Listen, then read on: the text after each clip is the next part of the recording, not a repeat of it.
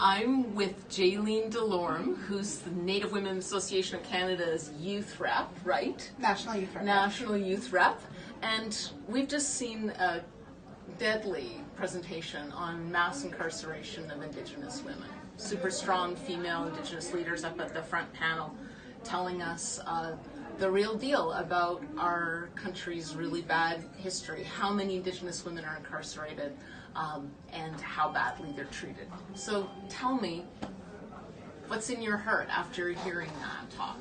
So after hearing that talk, it brought me back to remembering times when I was a teenager and I was incarcerated in the Young Offenders Facilities.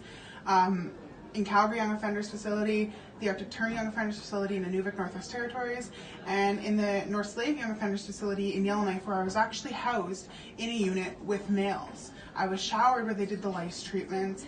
I was told that if I didn't participate in groups, I wasn't rehabilitating, so I wasn't going to be reintegrated into the community with 1/3 early like you're supposed to be. And you know, it brought me back to remembering the injustices and the difficulties that women have within the justice system.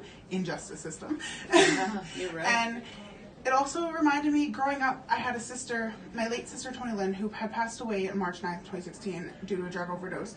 She had spent a lot of time in and out of correctional facilities in Alberta, and I remember at a young age going to visit her and experience, you know, this is my older sister, I'm 7 years old, and there's this glass between us. And I remember just crying, and you know, it really hurt me. And then just recently, last year, my niece had wrote an essay for school. It's my late sister's oldest daughter, and she remembered she had this little polka dot purse, little polka dot dress, and she had to walk down this scary hallway to go visit her biological mom, and they took her polka dot purse away from her that she was so excited to show her mom.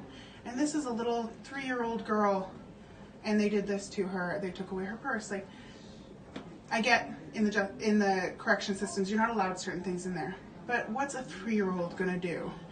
And you know, and the alarming rates of Indigenous women, especially being unrepresented and over-policed. It's shocking, but it's also not shocking, just due to the fact that the state that Canada is in, and it's such a sad state when it comes to Indigenous people and Indigenous women. And hearing a woman talk about if you can be arrested simply if you decide to have a kid in your home community instead of going out to the cities and having your child in a hospital. Those things are like, why? Why do you have a right to say what we do with our bodies? Right on.